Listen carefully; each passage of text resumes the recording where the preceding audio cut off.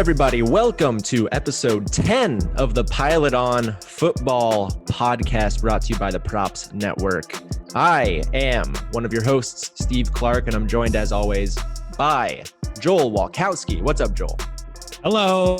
Coming to you from my back porch here in Sedona, Arizona, the national hotspot for coronavirus. And I am happy to report that I have not seen a single person wearing a mask in over a week. Bro, so Joel's been in Arizona for, what has it been, like 2 months now? Yeah, since about 2 months on the dot, actually. And I drove down to Florida a few weeks ago. So we are in Florida and Arizona, which are the two worst places we could possibly be right now in the midst of this pandemic. Yeah, we're supposed to be covering spread offenses. Here we are. We're committing spread offenses. Oh, God. That's the best joke ever done on this podcast. I did not have that right. And that is what Joel Walkowski brings to the table. And, you know, he also gives bad nicknames. What up, 52-yard Steve? Yeah, man. Just we're a going little to... bit of housekeeping. There's nothing going on in the NFL season right now. I told Steve last week, I don't want to do an hour on Zeke Elliott having coronavirus. So I think we're going to be monthly until training camp starts.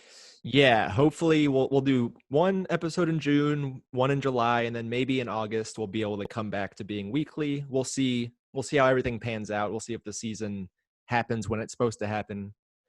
God, it needs to, for our sake. It will. Pro Football Focus says the Lions have the best roster in the NFC North, which leads me to believe this season will be canceled. What a crazy thing for them to say. Yeah, imagine the Lions go to the Super Bowl, and it's the only Super Bowl I can't attend. And I have a deal with my fiance already. It's like, if the Lions go to the Super Bowl, she's buying me a ticket to the game. Well, she got a big fucking ring that I went over budget for, she thinks. Here's the deal. Here's what happened. So I'm doing stand-up. I have jokes about being in a serious relationship. And one of the other comics is like, my mom's a gemologist. I buy the gem. I get a nice deal on it. Whoa. So, you know, it's like a $13,000 ring. I got it for $8,000. Whoa. What?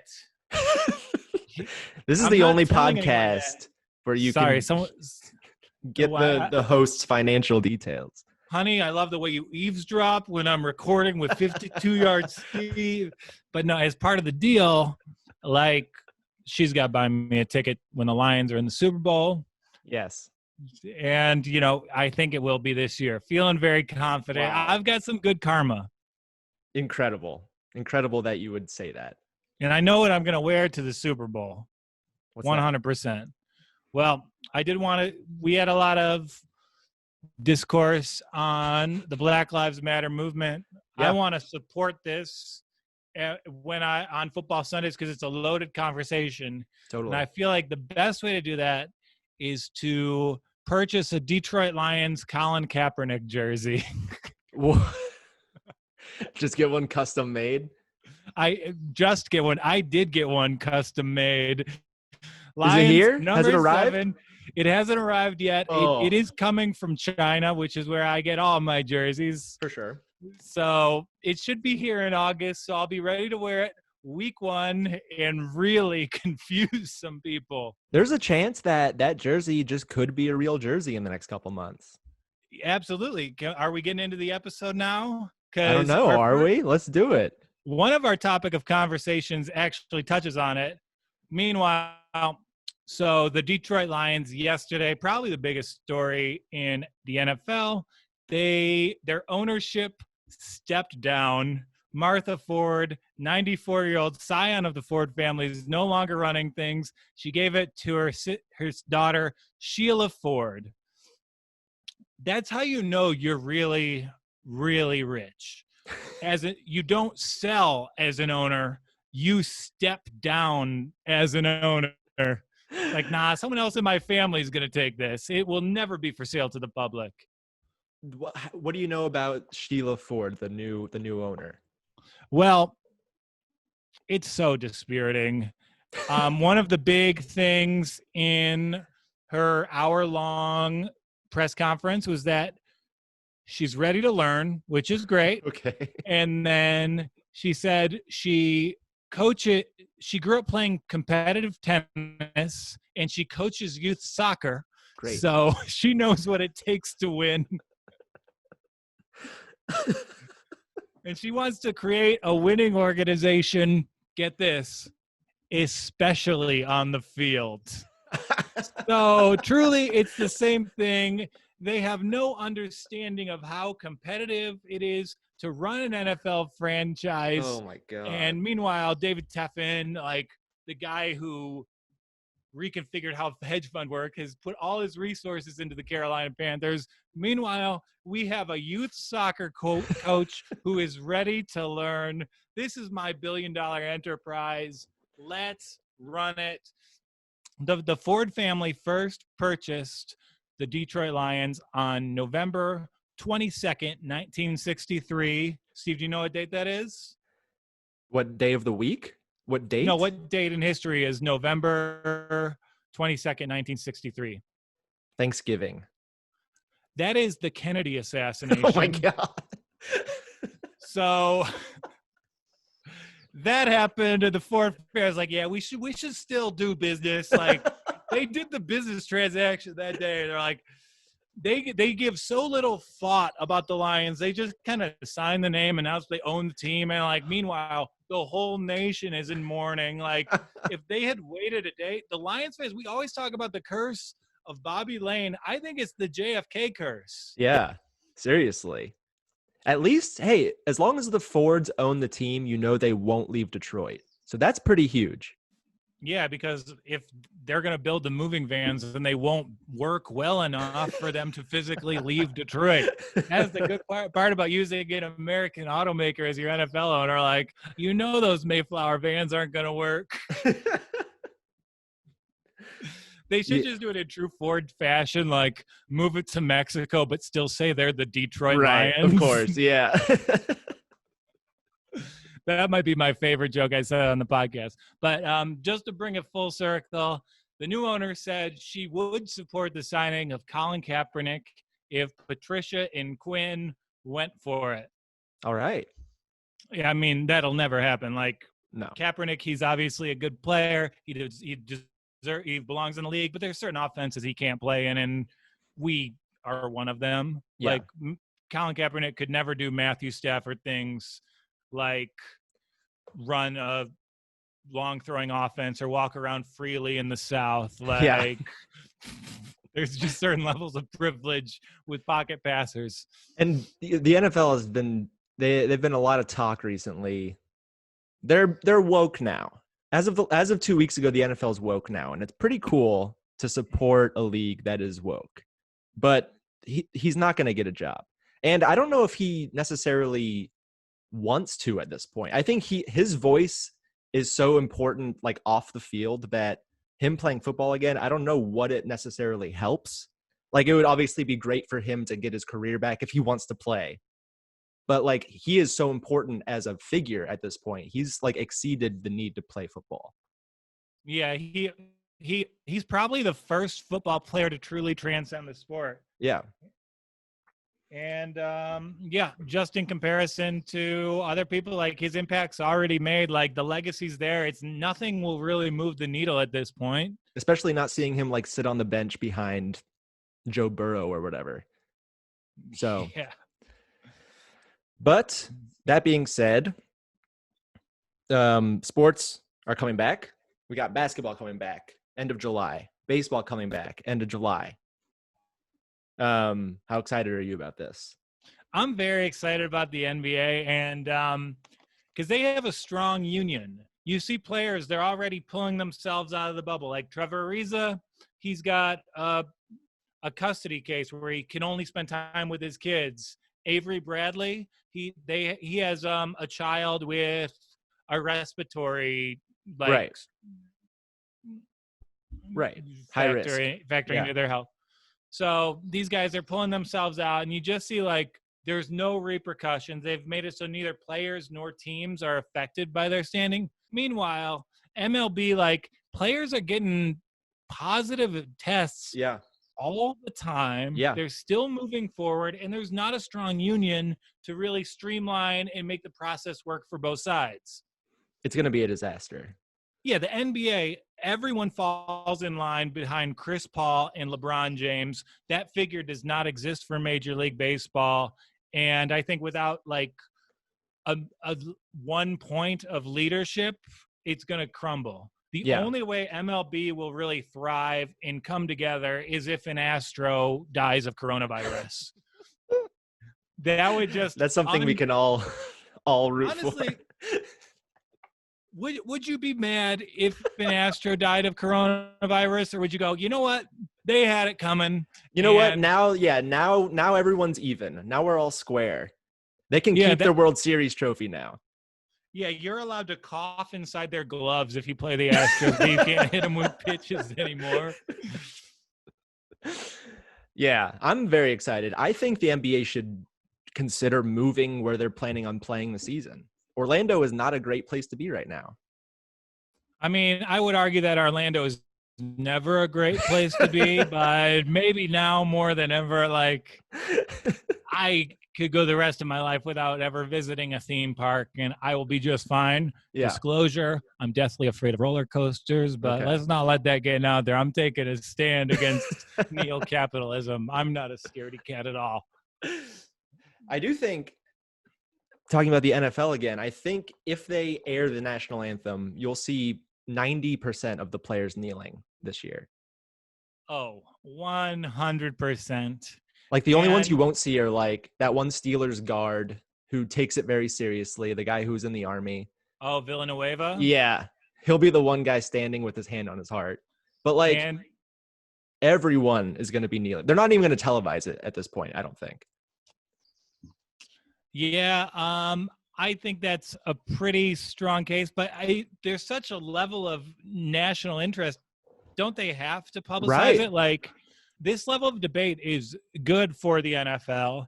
And we know Drew Brees stirred it up quite a bit by saying no one was right to protest the flag is disgusting to him.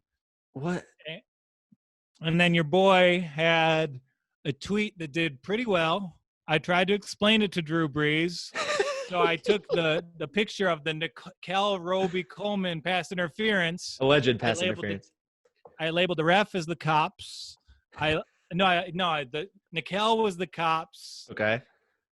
The black community was the Saints player being interfered with. Okay. And then the referee was our government. And it did pretty well. Yeah. Papa Saints read it. A lot of retweets. And in just engaging with a lot of the Saints fans, I got drawn into the Michael Thomas's Twitter feed, and like, low key, this guy was kind of the hero of the past 3 weeks, and no one's talked about it. Yeah. Well, I mean, what has he done? I know he spoke out about Drew, and then he forgave him after he essentially forced Drew's hand into apologizing. But what else has he been up to? Well, I thought what was most significant was the time of Roger Goodell reversing course. Because, like, for years, they didn't silence Kaepernick, but they kind of hamstrung the movement. Oh, yeah. They allowed Mike Pence and other politicians to really politicize the gesture. Yeah. And then swiftly, they reversed course. Yeah. Granted, this was in the middle of a hot button week, but earlier that day, Michael Thomas got a lot of the more prevalent voices in the NFL, Ezekiel, Elliot, and probably most importantly, Patrick Mahomes, to film a Black Lives Matter video. He was behind that video. Yeah, Michael Thomas was the person who arranged that, who filmed it, and then put it out. So just that level of organization made such a big institutional change, and I don't think he's gotten enough credit for it. Yeah, that video was huge. Just having Pat Mahomes attached to it was – the NFL had no choice but to say something reverse course. The Saints, in other news that aren't as like progressive and great, there's this case where apparently the Saints PR team has been helping a diocese in New Orleans cover up like an insane sexual abuse crisis. Have you seen this? Yeah, I have seen it. It does not look great. It's terrible. And now they're doing everything they can to like hide the emails that they've sent to this diocese. Yeah, it's not been great. You think of the things you're going to get behind as really just such a tentpole of your community, and that's what you're going to do. Yeah. I know maybe New Orleans is overwhelmingly Catholic, and we don't understand like that culture, and like you would support the church just like you would support anything, Right. just like taxes of where you are. But yeah, pretty striking to me, pretty gross to me, and I will no longer be betting on the Saints. Yeah. Only betting against them. And then the other big thing that happened in New Orleans, they've had a crazy offseason, crazy last month. 32 Superdome workers tested positive for coronavirus. It was like 32 out of 150. It was an enormous amount of their workers. Those are Clemson college football roster numbers. Yeah. Yeah, it's terrible. Are we sure the New Orleans plan isn't to house the diseased in the Superdome? Because that's usually the New Orleans emergency plan of action. Right, People yeah. are in trouble, put them in the Superdome. Stick them in the Superdome. Yeah, not a great offseason for the Saints. Oh, other news. Dalvin Cook, this happened a couple weeks ago, said he'll be holding out until he gets a new contract, not doing any football activities. That's a huge blow for the Vikings. Yeah, and the Vikings, like, they're a team that's in definite win now mode. Dalvin Cook is probably more important to them than any player on offense. Yeah. And he will only have this leverage this year because he's asking for Zeke Elliott or Christian McCaffrey numbers, and he just hasn't been on the field enough. Right. Obviously, the production's there, but these guys are kind of tried and true workhorses, and I don't think Dalvin has a track record of health where he'll ever be able to command this contract. Yeah. I know I'm picking up Alexander Madison in any fantasy leagues for the first 4 games. Another James Conner, Le'Veon Bell situation here, I think. You're planning out your moves on June 24th. You heard it here from Steve. He's making his plans for weeks 1 through 4 of the fantasy football season. Oh, man. I need it. Honestly, I know this is kind of a gambling podcast, and I like fantasy, but ever since I started betting, I just feel like fantasy's a little bit like sitting at the kids' table. It depends how much you wager on your fantasy league. Yeah, you want him to get 15 receiving yards? Yeah, well, if Matt Prater doesn't hit this kick, I'm going to have my kneecap broken. Have fun in your league, child. Another dispute. Jamal Adams wants to be traded, and he specifically said he wants to be traded to the Cowboys, who have no capital to give up for any trades. They already ignored their biggest need to pick a wide receiver first round in the draft. Meanwhile, even though you are the best safety in the NFL, safety is probably the least valuable defensive position, and it seems like these demands are pretty at odds. Like, he won't play. I feel bad for the Jets. Yeah, right. I won't play at the Jets without an extension. I'll play in Dallas, so that's fine. Yeah, no need for an extension. I'll just go to Dallas and play. Poor guys. Yeah, and I think he'll end up being a Jet. I think the Jets roster, I think so, yeah, is going to be a little bit more competitive. And if you're going to they can't lose their best defender on the first year since 2001. The division's wide open. Yep. You can't do that to your fan base. You can't do that to this franchise's prospects. They've been through enough. Yeah. And speaking of the Cowboys, Ezekiel Elliott tested positive for coronavirus last week. You dickhead. I told you I didn't. Hot take. The scorching hot take. Okay. I believe that our superstar athletes are still subject to HIPAA laws. I think their medical records shouldn't be exposed. And I think they're private citizens. What's that, Gabby? Where are your keys? I'm not certain. Sorry, I had to find my wife's keys. You didn't help much. Yeah, didn't help much at all. Here's the thing I'll say about Zeke. Sure, everyone has a right to have their medical records kept private. But this is the same dude who a few weeks ago was at a party. Like, the consequences of him being at a party should be that if he gets the virus, which he did, it should be revealed to everyone so they know not to go to parties. Yeah, so that's my take. That's well put. But like this virus, it ages so quickly. I think there is a disconnect because those stories were from April. It's now the middle of June. Totally. And I think this virus is beyond pointing any individual blame. Like, I see the stories about Rudy Gobert not being welcome on the Utah Jazz anymore. And whoa. Well, because he gave the virus to Donovan Mitchell. Right. Like, where I come from, coughing on microphones when you have the flu is a pretty good bit. Like, no one should be suspended for getting laughs. Oh boy. The only person who got rightfully suspended after getting laughs was Robin Williams. Oh God. All right, we're gonna move on. We're gonna move on from all this COVID talk. One last news story. This happened a couple weeks ago, but we haven't been on the air in a little while. Rob Gronkowski paid for Blake High School's football gear after their equipment shed burned down. Blake High School is in Tampa, Florida, which is where I grew up. And let me tell you something about Blake High School's football program. They're trash. They're awful. It's a performing arts school. Yeah, but Gronk, he's got entertainment aspirations. Like, it's that like, yo, do you guys want to do punch up on what happens next? I'm gonna need you. I'm gonna build you a shed. That's how it works out. Like, obviously, he has this relationship with the local community after hosting WrestleMania. Yeah, he went down there for WrestleMania.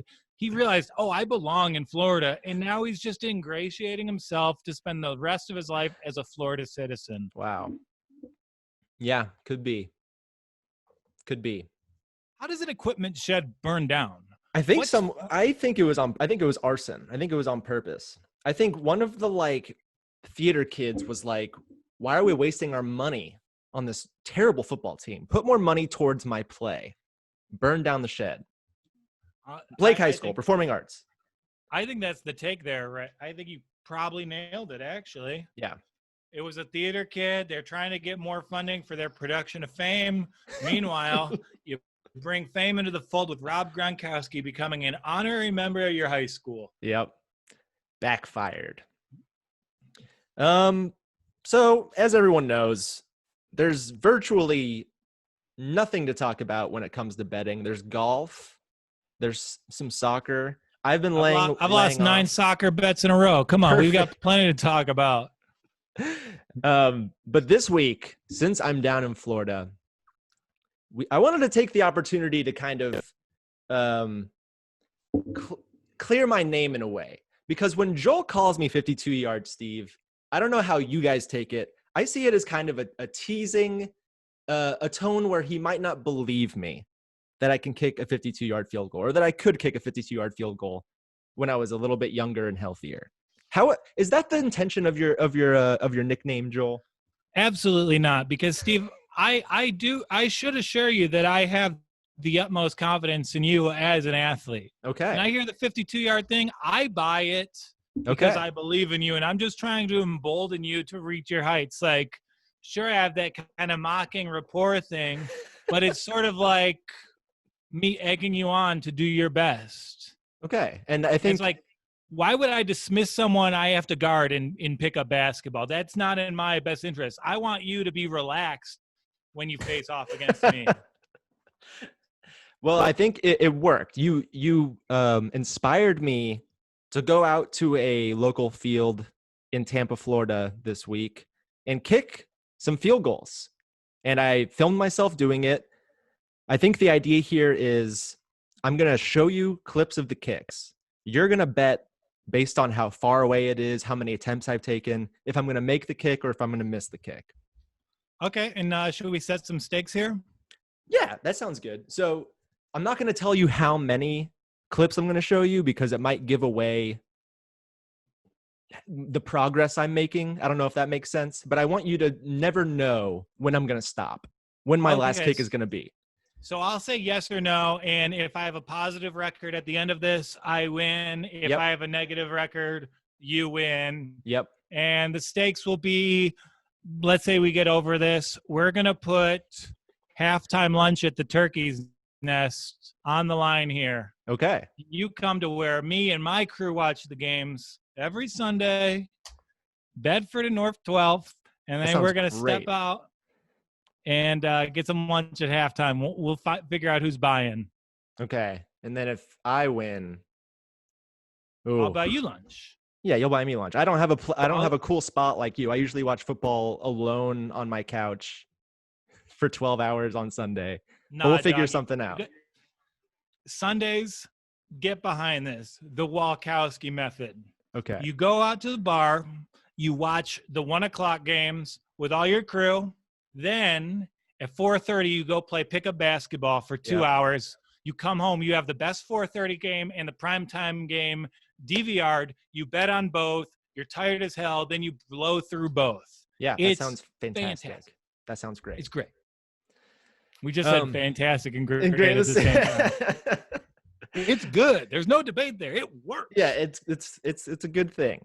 All right, so the ground rules have been set. Let me tell you the stipulations. All the different things I had to go through kicking these field goals. I tried going to a couple high schools. They're obviously closed. I couldn't find a football field. I had to go to a soccer field. So there's no. Is the height of a net the same height as a goalpost? It's not. The actual field goal post is 10 feet in the air. Soccer goals are, I think there were smaller ones there. I think it was 7 feet tall. So I told myself if I clear this by a couple feet, it counts. But for the sake of this video, if I clear it at all, it'll count. Okay. Okay. That's fair. So it's a little bit of a handicap, in my advantage. What's another one? I did deadlifts the day before. My legs were very sore. Okay. I have a bad hip. I have a really bad left hip, which is my plant foot. Okay. Might I recommend the Down Dog app for that? What is that? It's a yoga app. It makes a workout for you every day. I've been doing it to work on my lower body. It helps with like flexibility and, oh God. Okay. I got to do it. Yeah. Fantastic. All right. But that's everything on a soccer field, shorter field goal posts. Sore legs, stiff hips. Haven't done this in a while, but okay. My hips are stiff. I can't kick these field goals. That was my Shakira impression. All right. Can you see a blank blue screen? I can. Here we go. This first attempt is an extra point, 33 yards. Extra point, 33 yards. Oh, wow. He's got 2019 rules. Look at that. This guy, he's not taking the cop out. I'm going to say. This is my first kick of the day. I showed up to the field, set up, and took a kick. First kick, you miss it. You weren't ready. You weren't warmed up. All right, here we go. Oh, wow. That's a great shot. It's beautiful. That looks like it comes out of Last Chance U. Up and. Drilled it. No, misses the kick. No, I drilled it. You drilled it? Go back to the tape. Where's the ball? See where the ball goes? Over the top. Oh, okay. I figured out where to look in the clip. Okay, so drills it. That's another thing I should have mentioned. I did not have a tripod, so I had to just rest my phone on a water bottle. So the shots aren't great. All right. So we know Steve is social distancing, so credit to him there. Wouldn't bring a cameraman with me. All right, the second kick. I moved back 5 yards, 38 yards. 38 yards. You made the first one. I know you can make this kick, but I think you are gonna alternate where you don't make two in a row. Okay, so you're saying miss on the 38 yard. I'm gonna say you miss it. I'm gonna double down and say that you probably have ones that you make in the same photo reel that you didn't include. So let's see the kick. Okay.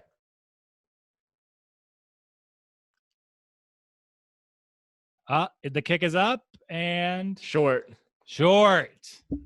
And was I right? Did you make that kick previously? No, that was my first attempt at 38 yards. I'm about to show you my second attempt at 38 yards. So you're 1-1. This one drills it. Okay, you're saying I No drill doubt. this one. Let's take a look. Because we're up and Yep, drilled it. 2-1. Boom. Yeah. And I'm going to, hopefully I don't have a pattern here. So you're 2-1. After 38, I decide to move back to 43 yards. How do you think I do? Well, right now, and we are upgrading the nickname as we go. Like 2 minutes ago, he was 33 yards, Steve. Now he's 38 yards, Steve. Let's find out if he's 43 yards, Steve. Yeah, I think you make this. I really liked the form of the third kick, and it seemed like it was going to be good from about 47. Yeah, it was a good kick. All right, so from 43 on the first attempt, you're saying yes. Yeah. Not a great camera angle here. That's Watch tough this. to call. Tough to call. Off It's up, the post. and I think he made it, right? No, hits the post. Hits the post? Look at that. Terrible. So I missed. Oh, fuck. Yeah. I thought you might have hit the post I thought you hit the back post watching the clip. I thought you hit the top and went over. Just drilled that corner post. So you're 2-2. I'm doing another 43-yarder. What do you think? Okay. I've had a practice shot. What do you think? Well, we've already established that you have an ability to adjust, and I think that same ability will be on display here. Okay. I know you can be a 43-yard Steve, so I'm going to say yes. All right.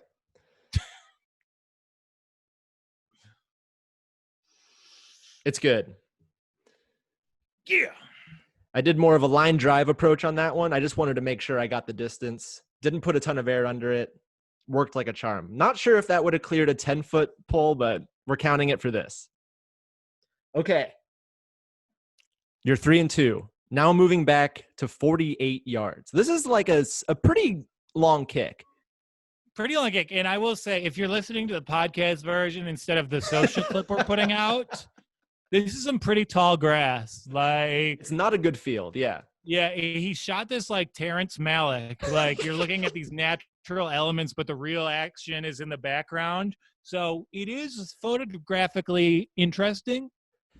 So you might have a future as a DP. Like, shoot Last Chance U or something. Yeah, that'd be great. All right, what do you think? 48 yards. I'm with it. Okay. I think you're gonna make it. He thinks I'm gonna drill 48 yards. Here we go. Yeah. Up and wide. Wow, really shanked. No, that's a hook. That was a hook. I had good distance on that one, but I certainly hooked it. And on that one, we could see the hip issues coming into play. Yeah. Did you see my weird jump? Watch this again. I left my feet. Yeah. No plant there. Not a good. So here's some background on me. I don't know how to kick a field goal. I've played soccer my whole life. So that's where I get any sort of power from. So I could be doing this completely wrong. If you're watching this on YouTube, let me know how to fix my kick. All right. You're 3-3 now. At this point, keep in mind, this is in Florida in June. It's very hot. I'm getting a little winded. I'm running back and forth I have one ball. So I'm running back and forth, bringing it back. Is it a kicking ball? It is not. It's just a ball I found in my garage. Oh my gosh. Can we redo this on our next episode? I'll buy you a kicking ball and we'll see the difference. That exists? Yeah, of course. What? What is the difference? Kicking ball is harder than a normal ball. So it travels further when you it gets more distance? Yeah, like a football breaks in very quickly as you play with it. And there's actually specialized balls for many position groups. So kickers, long snappers, quarterbacks all have their own version of the balls. I imagine punters do too, given the amount of specialization. Ooh, I'd love to try a kicking ball out. And I'd love to have cleats. I didn't have cleats, so my cleats are in New York. Okay. You're 3-3. I'm getting tired. I'm trying another one from 48. What do you think happens? I think we're playing poker here. I'm not playing the cards. I'm playing the player. And I see you trying to bluff me right now for sure. I'm not going to fall for it. I'm going to watch this kick. And in the process, watch you become 48 yards, Steve. All right.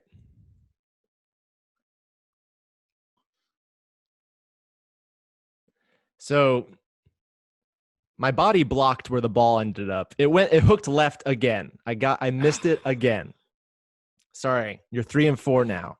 Also, if you are listening to this on the podcast app and you're not watching the video, I do apologize. But secondly, go on YouTube and watch. You'll get it much better. It's much more enjoyable to watch. And if you aren't seeing this live, let me describe it to you. Someone kicks a field goal. Every time you hear a little noise, you probably can't even hear it. That's me kicking a ball. All right, you're 3-4. I am trying one more from 48. What do you think is going to happen? You're going to make it. We're going to see the progress pay off. Okay, let's see.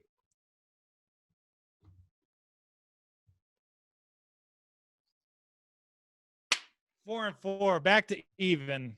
So that was maybe my strongest kick of the day. It did hook, but I think it would have hooked right through the upright, so I gave myself credit for it. Yep, 48-yard Steve. And you know what time it is now? I've kicked from 48. Yeah, I've been moving back. It's time to try the 52-yard kick. What do you think? I don't think you like this nickname. And I think in my life, I've been the sort of person where I just kind of throw out a nickname and it sticks too much. Like I had a good friend in high school. We called him Tippy. He was an all-state wrestler, so he couldn't knock him over. But Tippy caught on. And unfortunately, later in life, Tippy had some tough times and he ended his own life. Oh my gosh. And I was the first person to find out. And I told our friends, and when I said his real name, they didn't know who I was talking about. Oh, Lord. So I had to say Tippy killed himself. Oh my God. Then they're like, oh my gosh, it's so sad. So that being said, I think my lifetime of bad nicknames is going to come back to me. And Steve is speaking up. I'm a bully. So Steve doesn't want to be bullied by me anymore. So he's going to miss this kick on purpose to become Steve Clark once again. Whoa. Okay, so you're saying no on this one. All right, this is 52 yards.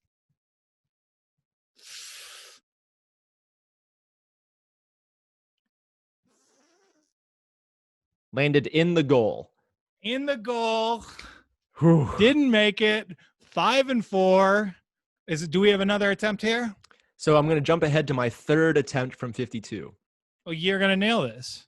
All right, this is my third attempt from 52 yards. I won't even here. I'll just show you the second one, but we're not betting on it. Let me just show you how bad it is. Wow. Yeah. Okay. So third attempt from 52. You're up 5-4, and you're saying I'm drilling the 52-yarder. Yeah, because maybe you like this name deep down, and you see it as a badge of acceptance, which it is. Okay.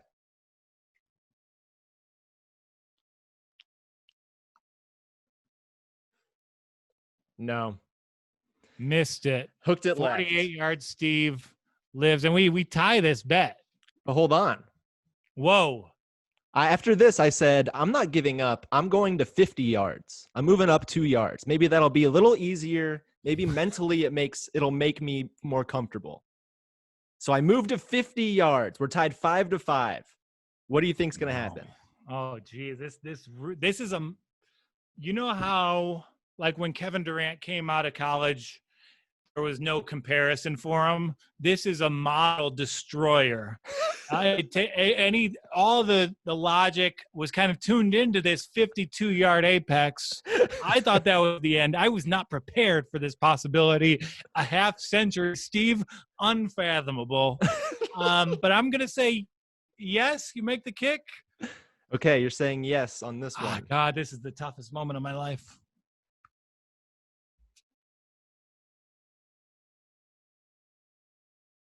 Just wide right. And that's our worst camera shot of the time. So Steve pulls ahead on the last kick after pulling that chicanery or kickanery. And I think he takes the lead. I think that was our last video, wasn't it? But wait, Joel, a segment that might have probably only should have gone 7 or 8 minutes is now going to go another couple. I have another video for you. Yeah, you're gonna think you're real cute till you have to edit this bad boy down for social. Who's All right. laughing then, Steve? My second attempt from 50 yards. I have the advantage right now by 1. What do you think happens? I think he makes it. The 50-yard kick looked good. Okay.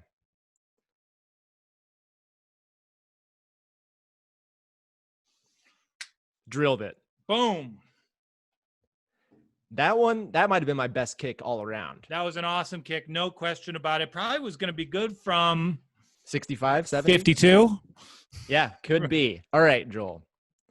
After that, I have a stroke of confidence. I decide I'm going to try kicking from 52 2 more times before I have to go home and go to work. This is officially my 5th attempt at 52. What do you think happens? We're tied 6-6. Damn, this is. You know what? Yes, you make the kick. The 50-yarder looked great. Okay, from 52, my 5th attempt.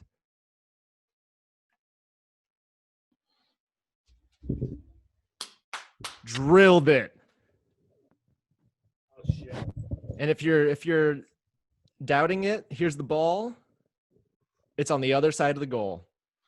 Our Steve, he's a 52-yard Steve. I always knew it.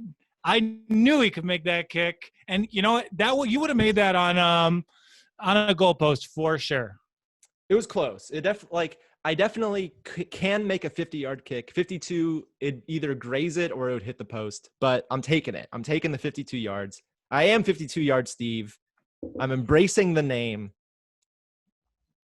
Yeah, and like you could give me a stupid nickname. I just have to accomplish anything, and then you can throw me out one. Has to take the trash out for his in-laws. It's a 33-year-old Joel. Gets yelled at for drinking coffee too much, Joel. Yeah. Hiding the fact that he lost 9 straight soccer bets from his fiance, Joel. A lot of good options here. Wow. That was fun to shoot that. I want to do more. I need. And how many free throws do you think you could make out of 10? 7. Okay. I would make 7. With my new form, the release point's like much higher now. I'm not going to get into here, but I've been working hard, and I think 7 out of 10 is reasonable. Okay. Stroke is good. Maybe we'll talk about. I don't know. We'll see. We'll see if we do anything with that. A free throw challenge? We could do a free throw challenge. I've been practicing in my driveway. I feel pretty good.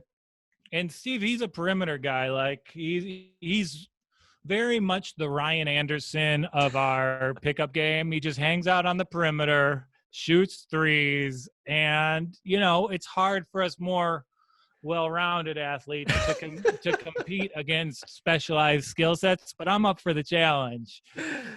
All right, we'll see what happens. We'll see how the podcast audience responds to a largely visual segment. We'll see if they appreciate it. I know Jimmy, I know Rich, I know they're going to be down for it, and maybe we should do it where I kick a field goal. I'd love to see that. Yeah, I'll do it. I'll do it the next episode. I'm gonna film myself kicking field goals. And yeah, I'll have you bet on the results. Perfect. Let's do this every episode from now on. Next, we're speaking with a Giants fan, one of my favorite people to listen to on the radio, on podcasts, Nick Kostos of You Better You Bet. He's a big Giants fan, big gambling guy. We're going to talk to him about the Giants, what kind of bets he's laying for the NFL season. Should be a lot of fun, so stay tuned. We'll get that going right now. Joining us now on the Pilot On podcast is an old friend of mine, one of my favorite people to see get riled up about anything, specifically sports. It is the host of the You Better You Bet radio show on radio.com, Nick Kostos. Nick, what's up, man? What's going on, guys? Really appreciate you having me, and great to be doing something like this because I think it means we're close to sports being back. God willing, knock on wood. But yeah, Yes. Great to be here. Thank you for having me. Absolutely, dude. Baseball just got approved to come back. Baseball is happening. Basketball is happening. how excited are you to be able to bet on real sports after betting on golf and soccer for the last month? Well, let's say that I had like erectile dysfunction. I would not need Viagra in order to achieve an erection with all the sports that are coming back right now. So I would say like a 15 out of 10. But like I've been having a lot of fun, quite honestly. Like, so when the world stopped and like all the sports basically came to a screeching halt, like it was actually like a little, like, I'm not trying to say like it was good because obviously everything was really bad, but it was kind of cool to kind of just reset for a little bit away from betting. I didn't bet for a couple months really on anything. And I know there was some stuff to bet on, but I didn't really get involved in any of it. But now with the show back, the show was on hiatus for a little bit. I mean, what do you get to a sports gambling show with no fucking sports? Can I curse on this, by the way? Is that okay? Go for it. Go for it. And we are doing a sports gambling show without any sports. So we've been there, and we do it by talking to fans of different fan bases, just like you. Great. Yeah. So, went a couple months really without gambling, and now that the show's back and we've got some sports back now, like I've been gambling every day again. So I feel like I recharged the batteries. Been gambling a lot on golf and soccer. So look, it's going to be awesome, man. Like God willing, we're able to get everything underway and everything can happen. I think I actually had to have like a tough conversation with my girlfriend last night. Now she's been with me through a full football season, and she kind of like knows the deal that like, once September hits, like September through February is a tough time for the relationship because there's a lot going on. Now it's July through February, assuming everything gets to happen, because it's all going to be condensed. And if it all happens, I legitimately think we are in for the greatest 8 months of sports of any of our lives. And I'm cautiously optimistic that it happens. Absolutely. You're going to have Sunday football, the week after Game 7 of the NBA Finals. Yeah. This is friggin' heaven. We sacrificed. I share your excitement. And honestly, if that erection lasts longer than an MLB baseball game, contact your physician immediately. So I know you're a Giants guy. Do you have any actions on the futures on the Giants this year? I know their win total 6 to win the divisions plus 900 and make the playoffs, which is expanded this year, plus 340. Well, I would say that I'm bullish on the direction of the Giants starting next year. I don't think this is the year to really be really excited about the Giants, but like, I do want to say, like, I do think that the team's moving in the right direction. We'll see about the Joe Judge hire, but I mean, I'll take Joe Judge, who's unproven, over a guy who we knew stunk, and Pat Shurmur, who had already proven to be bad. So I'm willing to roll the dice with Joe Judge and be cautiously optimistic about him. So I like the Giants heading into next year, because what I'm looking at right now is a team with a pretty good young offensive core. And like Daniel Jones showed flashes, obviously Saquon Barkley's good. The offensive line can only get better from here. Obviously taking a tackle in the top 5, I think, will only help. I like a lot of the skill position players as well. But this is a defense that is still really void of talent. And like, I don't see where the pass rush is going to be coming from here. And you look at the division, and Dallas and Philly are 2 really good teams. And I don't think that the Giants can contend with those 2 teams this year. So next year, another offseason fixing the defense, and I'll feel good about the Giants. But this year, I think they're probably the worst team in their own division. I think they'll be the last place team. I'm more bullish on the Redskins for 2020 than I am about the New York Football Giants. So this year, I don't feel good. Moving forward, I say I do feel good.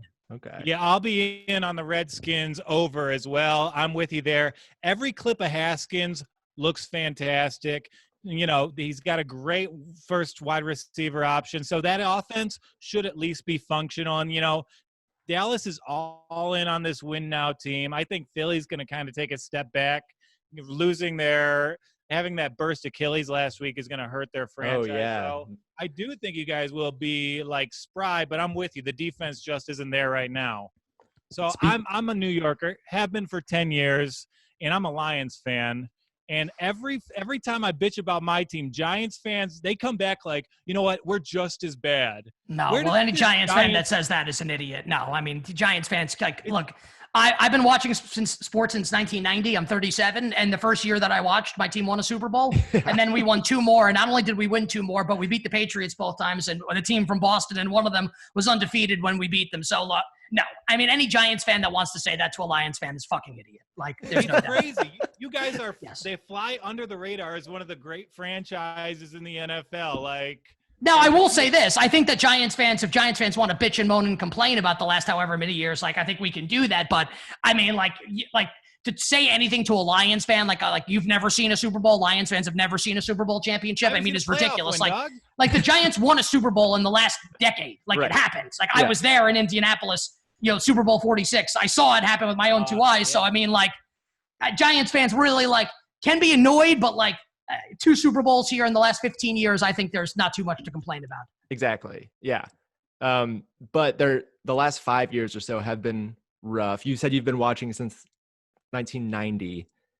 There have been moments in the Giants franchise that have just been heart-wrenching, soul-ripping. Can you name the saddest moment for you as a Giants fan? Yeah, I mean, how many do you want? Do you just want one? Because I can give you. I have an idea of what might be one, but yeah. Well, I mean, the one obvious answer, and it's the worst sports loss that I'll ever experience by far. And that's the reason for that is because I'll never care about sports as a fan again the way that I did when I was younger. The worst one was the January 4th, 2003, the Giants 49ers playoff game when they were up 38-14 and lost 39-38. That's the anatomy of a collapse. Predicted this in our outline for the episode. He's going to say the wild card loss to the 49ers. I mean, it's not even not only did I cry during the game as it was happening, I was in tears because you saw it coming, but I cried after the game. I remember sitting in the dark in my room, crying in the darkness. And then 3 days later, I was covering a Knicks game in college for Fordham. And my dad picked me up. I don't know if he picked me up at Madison Square Garden or he picked me up to drive me out. Anyway, I'm in the car with my dad after one of these games. And we're listening to WFAN in New York. And they say that the NFL had officially apologized to the Giants for blowing the pass interference call at the end of the game when Cheeky O'Keefe fucking gave Rich Seibert the stone cold stunner and they didn't get throw a flag on the final play of the game. And I cried then 3 days after the game ended because I was still so raw about it and so pissed about it. So that is by far number one. I was what was it, 2003? So I was almost 20 years old crying after a game. That's by far the worst one. Worst regular season loss was Seattle in 2005. This was so bad that Saturday Night Live did a skit about it when Jay Feely missed 19 field goals in the game and the Giants lost that game and ended up missing out on home field advantage. And when Feely missed that final field goal, Seahawks won the game. I remember I went outside with tears in my eyes. This was I was 22 at the time or 21 or whatever. I remember my sister, who's 3 years younger, came outside and I was on the deck crying after the game. And she was like, "You're really too old for this." And I remember standing there thinking she's right. Yeah, so those were the two that really stand out. Okay, so Steve's 1 for 2 on his calls right there. He said the Deshaun Jackson game would be a regular season action, but I get. Well, here's the thing about the Deshaun Jackson game, and I don't want to hear Giants fans bitch about this. The Giants beat the undefeated Patriots in the Super Bowl 2 years before that. Right. So it's who cares that they lost that game? It doesn't I would have signed in blood for the Giants to almost never win another game in their entire franchise history in exchange for beating the Patriots in that game. So it's almost everything that happens from now in perpetuity through the end of my life with the Giants is gravy because they won that one game against the Patriots. So yes. I don't give a fuck about that Deshaun Jackson game because they beat the undefeated Patriots in the Super Bowl literally 2 years earlier. Who cares? Yeah, take that, Steve. What are you doing? So how do you feel about Daniel Jones now as opposed to when you guys selected him? Well, I was down on the Daniel Jones pick just because I was Gettleman's going to fuck this up no matter what it is. And then they take the quarterback out of Duke. And older Giants fans will remember a quarterback by the name of Dave Brown, who was a supplemental pick of the Giants, I believe, in 1992, ended up being a first-round pick. Quarterback out of Duke who was supposed to be the savior and ended up was okay.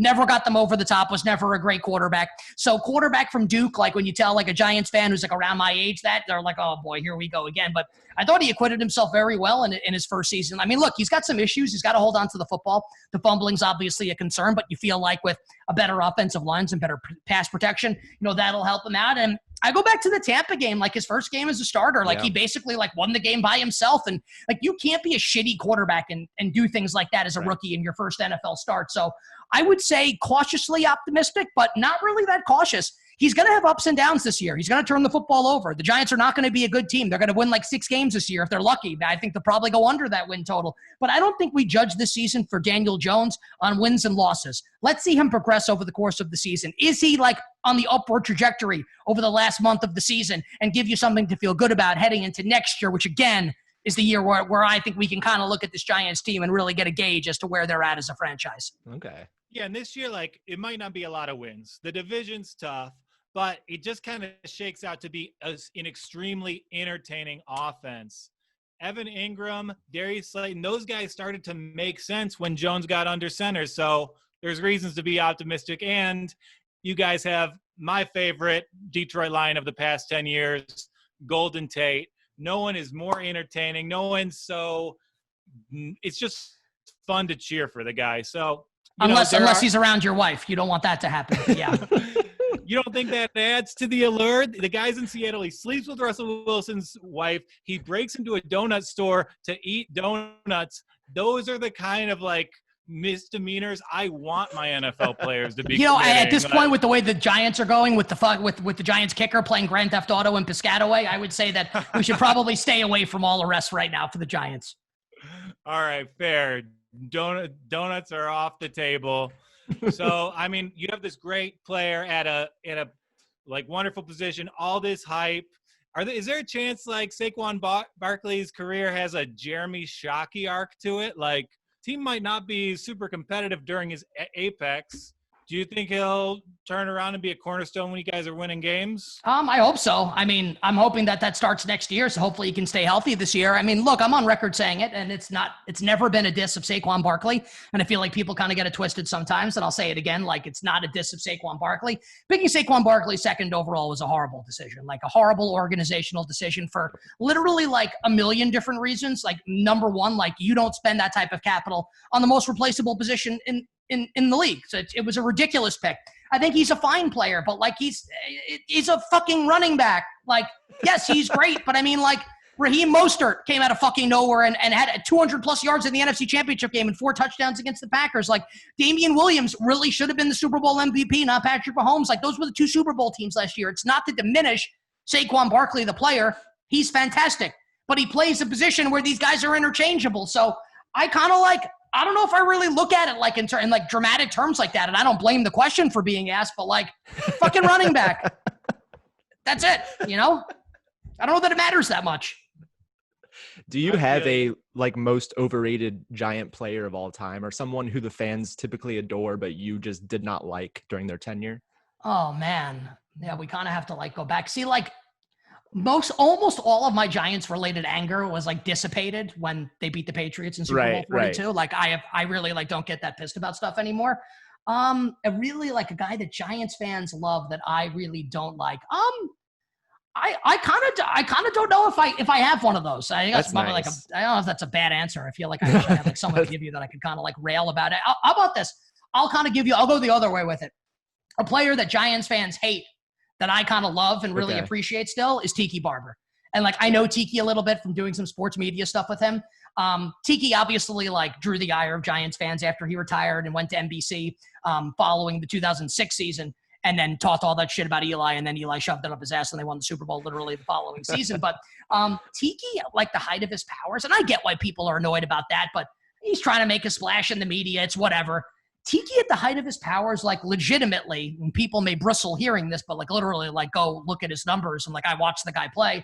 He's a borderline Hall of Famer. Like he won't get in because he doesn't have the longevity, but at the height of his powers again, he was as good as a lot of these guys that are in Canton. And I still appreciate what he was able to bring to the Giants and how he turned his career from being a third down back and then a guy who wasn't reliable and couldn't hold on to the football into one of the best running backs in football and a guy who I consider to be a borderline Hall of Famer. So Tiki Barber, to give you a reverse answer of the question, I still respect and appreciate Tiki. And I'm going to get with you there. Like, how many running backs improve 8 years in a row? Like Tiki's steadily improved year after year until he was the cornerstone of like one of the more dynamic offenses in the NFL. So great answer there. I was expecting you to say Jason Sehorn, but I think everyone hates Jason Sehorn already. Everyone hates Sehorn. Yeah, once he got burned by Brandon Stokely in Super Bowl 35, that was that for Sehorn. Yeah, all over. The white cornerback myth was all over. Well, those are your words, not mine. Hey, you can cancel me, whoever, if you want. What offensive tackle did you actually want in the top 5? Did you get your guy? I don't know. Like, here's the thing. Like, I could like sit here and bullshit you guys and be like, I'm studying tape. I don't know what the fuck I'm talking about. I just want, I kind of wanted them to take Isaiah Simmons because I feel like they need help on defense. So that pick to me kind of signaled like, I think they know they're not going to compete this year.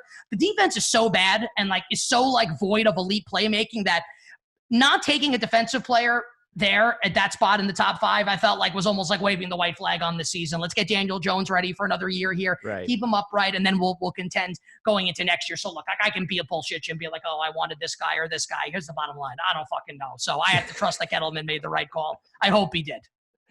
Have you made any futures picks for the NFL season coming up? No, actually, we've been talking about it on You Better You Bet this week, that I feel like it's really hard. Like, even like with take baseball for an example, right? I know you said at the top baseball's coming back, and like God willing it will.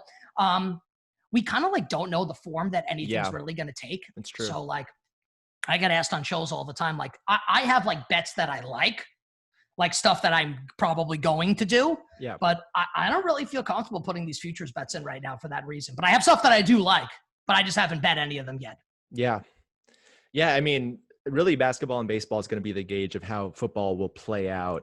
I am still pessimistic. I don't know that that's true. I don't know that that's true only because I feel like they'll play on Neptune if they have to make the NFL happen. They seem like they're the most like bullish about this is happening. They haven't said anything to the contrary, which is insane. Well, they've got time too. Time's on their side. They still got months to go here before they got to really get rolling. Right. Yeah, and if they work it out, they're going to set the greatest television ratings of all time. Like, absolutely. The incentive is absolutely there. If you really want to bet on the season, buy your DraftKings stock right now. Yeah. That's how to win. I'm going to let you get going, Nick. Thank you so much for coming on the show. You Better You Bet. How often are you guys recording now? How often are you putting out a show? So we're on 5 days a week. We tape around 11 a.m. Eastern, generally for about an hour and a half, and then the show gets posted right afterwards. So if you like what you heard on this podcast, hit me up on Twitter at the Kostos, TheKostos, and you can find You Better You Bet. Like it's like the Who song, and it really should be spelled Bettor. And I remember saying that's like I remember sitting there when I signed my contract and being like, I don't know if now is the right time to feel like we should change the name of the show. So I just shut my mouth, and now like we're stuck with it. So like the Who song, You Better You Bet is the name of the show. It's kind of catchy for me now. I kind of like it. So wherever you find podcasts, please check it out and support me. Your support means now more than ever. Very much appreciated. All right, Nick. Thank you so much again for coming on the show. We really appreciate it. You guys got it. Thank you guys very much for having me. Thanks, Nick. Good luck this year. Thank you. You too. All right. That is the end of episode 10 of the Pilot on Football podcast. Joel, do I look good? Do I look like I got some sun? Yeah, you look good. And like, I knew you were bringing out the Hawaiian shirt today. Dude, I'm in paradise. Absolutely. He's looking well. I'm falling apart over here. How the tables have turned on this podcast. Steve is thriving, but hey, I'm the one winning lunch. Yeah, that's true. You did win lunch. Let's read some 5-star reviews from our adoring fans. Rip Kingston, friend of the show, Rich, said, great football content. 5 stars. Thank you so much, Rip Kingston. And then we got another one, Bushwick 8822. These guys are awesome. We'll be listening every week for their takes and picks. Hell yeah. So much, Bushwick. 2 new friends of the show. I know Rich always gets shot out here, and like, hey man, are you in for his guillotine league this year? No, I need to be in for that. Yeah, it's amazing. Probably the reason I hate fantasy football happened in that league. Basically 17 team elimination league, and I had the best team in the league. I drafted Derrick Henry and Lamar Jackson. And then week 6, I got eliminated because Odell fumbled a punt return. Oof. Was put into the game. I had to win. He was put in to return the punt, and then he muffed it. Minus Yikes. 2 points. I'm out of the league. But, yeah, fun project. Thank you for the league, Rich. Thank you for the review, Rich. Anyone listening, leave us a review because, a lot of NFL podcasts, they're pretty dry. We give you something different, and help us do that. And if you leave us reviews, we can keep doing the show. I can keep kicking field goals. It's a win-win for everyone involved. Like we said, we are going to be a monthly show for the next couple months. So we'll see you guys again in July. But for now, I'm Steve Clark. That's Joel Walkowski, and we will see you soon.